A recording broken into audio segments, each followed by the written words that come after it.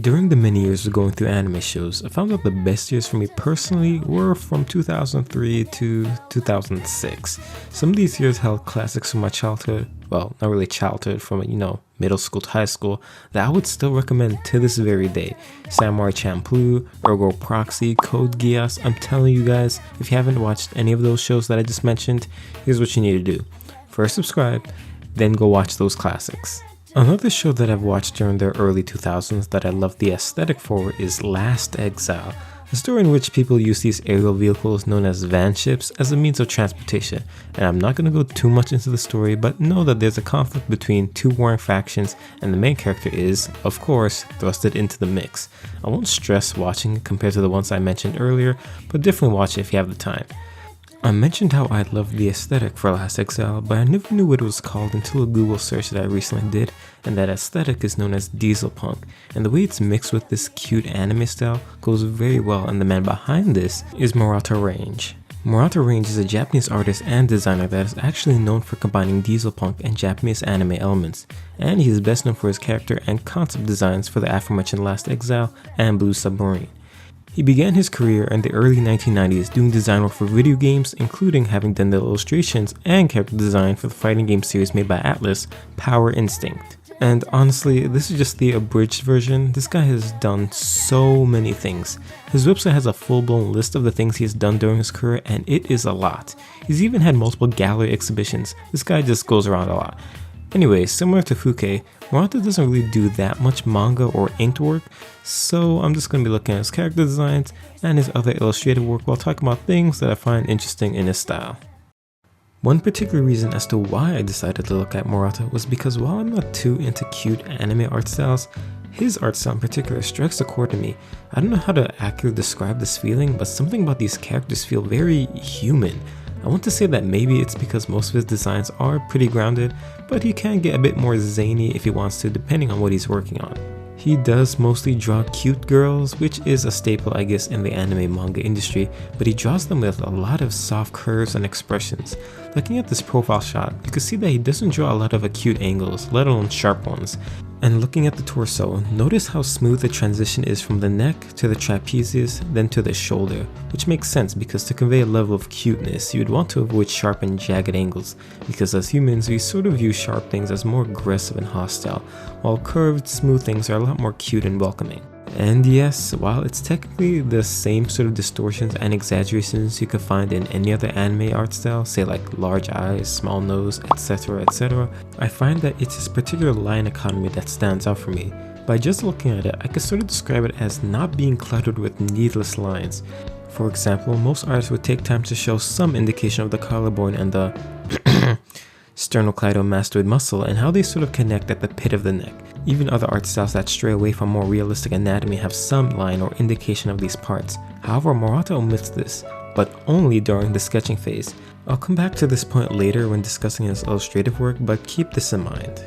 I've also got to commend the way he draws hair. In these images, it looks like he draws traditionally with a pencil, in which he can have a high value range to render the hair, plus the grainy texture gives it a more naturalistic feeling. When drawing hair, there are two ways that I usually like to go about it, either focus on clumps at a time, or conveying the entire form through contrast. Of course, incorporating both methods is the ideal methodology for going about a more complete and rendered portrait, but in the case of these sketches that lay the groundwork for when he has to put colors on top, he is very skilled on focusing on clumps with some needed variation to keep it interesting. And in addition to that, he makes it apparent that hair stems from a point or a line on the head and spreads out from there. It's those little details that really count. And speaking of details, he racks it up when doing more older and masculine characters. I think I mentioned this a lot in other artist analysis, so I won't go too much of a deep dive into it, but a defining point in owning one's art style is the freedom of choice, having the freedom to choose when you want to draw cute stylized girls or something that leads more to the realistic style, so you're not stuck in a box. This might be a hot take, so I'll just tug at my collar and move on to the next section of this video. If there's a video out there of him painting his illustrations, whether it's a time-lapse or a live stream, someone needs to send me that link because I can't seem to find it and I desperately need to know his secrets.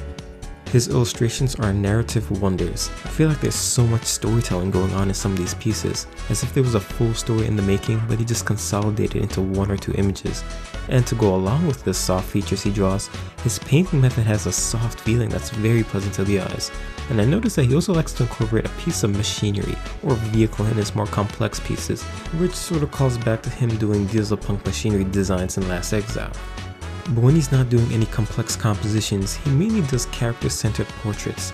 And something that he does that I find very cool in certain pieces is this dramatic lighting in which either half of the face is in shadow or the light source will be behind the character, which gives it a very complex but organic cast shadow on the figure. I could only imagine this being very difficult to pull off if you don't know how shadows form on the human body, because we all know the basic sphere and cube has a light source and that's like perfectly rendered, and in cases like those in which the object is very simple, you can easily make out how lighting will affect the object, say in the case of cast shadows, rim light, bounce light, etc. But the human body is a whole other beast if you don't know how to break it up in more simpler forms. And people have a way of knowing when something looks off, but these cast shadows look very natural.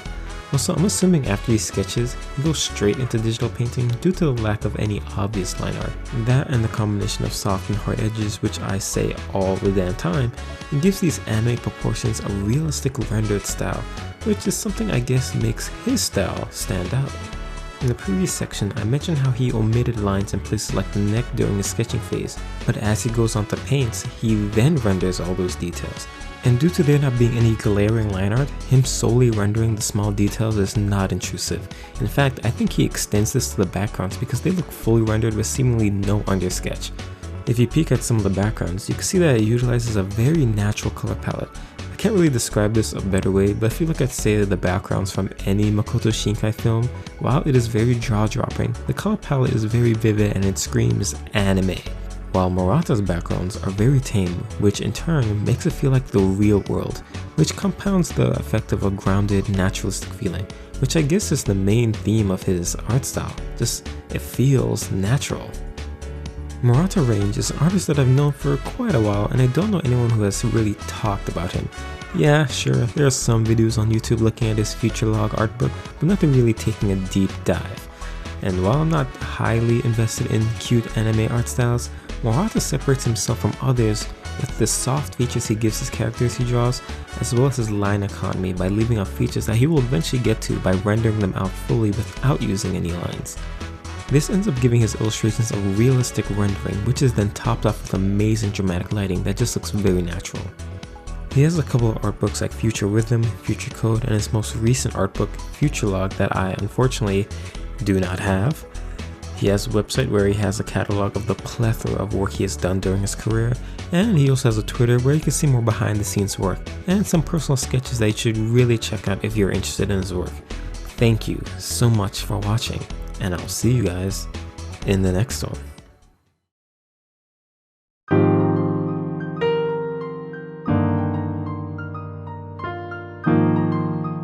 Hey guys, it's me. It's been, I know, it's been a while. It's been like, 3 weeks? It's technically, I guess, been a month. I know, it's just that I don't want to say I got burned out. Well, actually, yeah, let me just say, I did get technically burned out. Also, things are, of course, getting busy on my side in the real life.